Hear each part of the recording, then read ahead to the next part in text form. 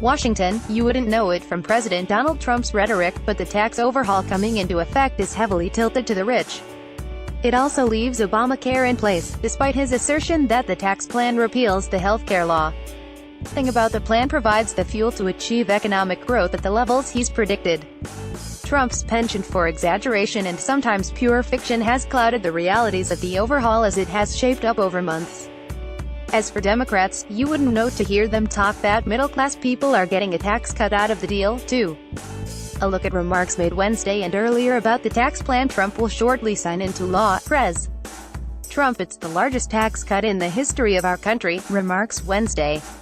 The facts at ISNT. For months Trump has refused to recognize larger tax cuts in history, of which there have been many, or to grant that other presidents have enacted big tax cuts since Ronald Reagan in the 1980s. An October analysis by the Committee for a Responsible Federal Budget found that it would be the 8th biggest since 1918. As a percentage of the total economy, Reagan's 1981 cut is the biggest, followed by the 1945 rollback of taxes that financed World War II. Trump's plan is also smaller than cuts in 1948, 1964 and 1921, and probably in other years. Valued at $1.5 trillion over 10 years, the plan is indeed large and expensive. But it's much smaller than originally intended. Back in the spring, it was shaping up as a $5.5 trillion package. Even then it would have only been the third largest since 1940 as a share of gross domestic product. Vice President Mike Pence, you're delivering on that middle-class miracle, to Trump at a cabinet meeting Wednesday. The facts, modest dose and make for a miracle. Pence's praise to the boss reflects Trump's assertion that it's a tax bill for the middle class, as he put it earlier and many times, but average people are not the prime beneficiaries of the tax cuts. Aside from businesses, rich people get the most. The Nonpartisan Tax Policy Center estimates the biggest benefit of the new law will go to households making $308,000 to $733,000. Households making over that should get a tax cut worth 3.4% of their after-tax income. For the richest 0.1% making over $3.4 million, the tax cut should be worth 2.7% of their after-tax income.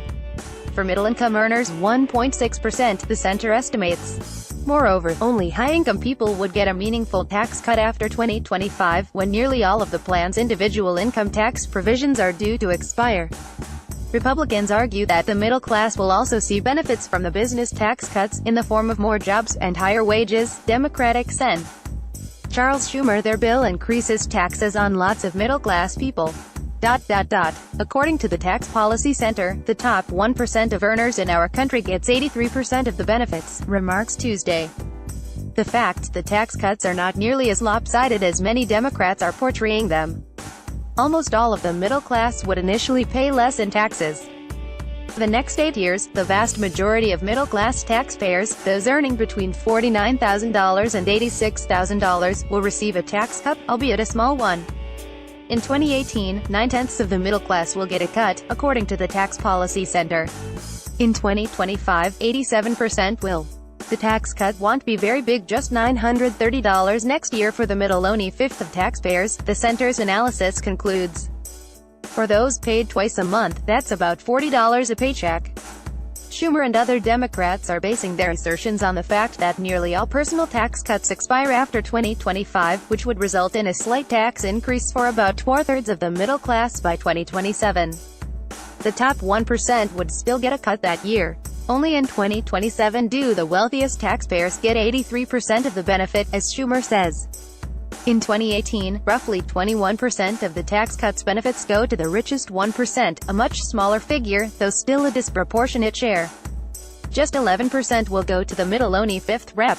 Nancy Pelosi, House Democratic leader, 86 million middle-class families get a tax hike, tweet Wednesday.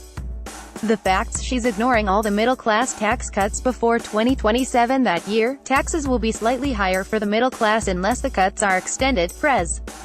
Trump on his tax legislation. Obamacare has been repealed in this bill, remarks Wednesday. The facts at HASNT. The tax plan ends fines for people who don't carry health insurance. That's a major change, but far from the dismantling of the law. Other marquee components of Obama's law remain, such as the Medicaid expansion serving low-income adults, protections that shield people with pre-existing medical conditions from being denied coverage or charged higher premiums, income-based subsidies for consumers buying individual health insurance policies, the requirement that insurers cover essential health benefits, and the mandate that larger employers provide coverage to their workers or face fines.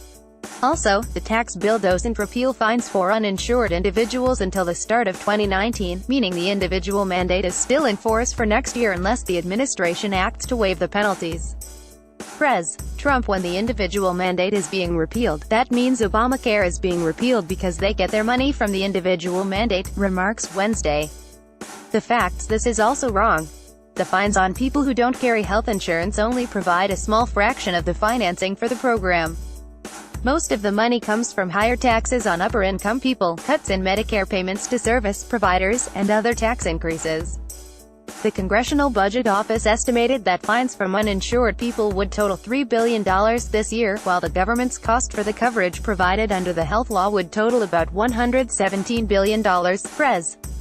Trump. So we're at 3.3% GDP. I see no reason why we don't go to 4%, 5%, and even 6%. Speaks of GDP getting up to 4, 5, and even 6%, because I think that's possible. Cabinet meeting last week. The facts. There are no signs the economy is capable of delivering a phenomenal and rarely achieved growth rate in the order of 6%, or 5, or even 4. Federal Reserve officials and most mainstream economists expect economic growth to hew closer to 2%. The economy last cleared the 6% hurdle in 1984 and only for that fleeting year, at 7.3%. This was a different time, when baby boomers were at prime working ages, instead of today when they're starting to retire. The Federal Reserve had boosted growth by steadily slashing a key interest rate from its 1981 peak of 20%, while the Fed today is slowly increasing the same rate. Also, the national debt was much lower. Trump's tax cuts are forecast to max out at roughly $280 billion in 2019, says Congress Joint Committee on Taxation. Yet to generate growth of 6%, those cuts would have to spur a massive $1.2 trillion gain to the gross domestic product. No administration analysis emerged to show how this could be possible. House Speaker Paul Ryan. We are making things so simple that you can do your taxes on a form the size of a postcard. Remarks when the tax bill came out November 2nd, the facts don't count on it. Few accountants would agree that simplification has been achieved. The combination of temporary provisions, partial elimination of deductions and other loopholes, and differing tax rates for business income and wages in the new law has, if anything, added further complications. Some middle-class taxpayers may see simpler returns because the standard deduction has doubled in size, to $24,000 for a married couple. Some families will probably stop taking deductions for things like mortgage interest as a result, making their tax returns easier to file. But people who give heavily to charity, for example, will still have to run through their receipts to see if they're better off with the standard deduction or itemization. Many business owners and upper-income taxpayers are faced with a host of new complexities should high-paid employees try to reclassify their salaries as business income, which will now be subject to a lower tax rate. If so, what will they do in 8 years, when the lower rate on business income is set to expire? Are they losing their deduction for state and local taxes, which can be worth tens of thousands of dollars for wealthier taxpayers? Many will, but it may not matter if they paid the alternative minimum tax in previous years, which overrode those deductions. These types of questions will keep accountants busy for months, if not longer. Pres. Trump on the tax plan. So there's a great spirit for it. People want to see it. Fox Business interview in October. The facts polling doesn't find that spirit.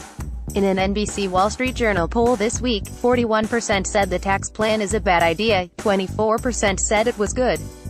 That's a deterioration in support over 2 months. Quinnipiac University poll this month found that registered voters, convinced that the benefits will flow mainly to corporations and the wealthy, opposed the plan 55% to 26%. In a Gallup poll in September, just 2% of respondents named taxes as the country's most important problem.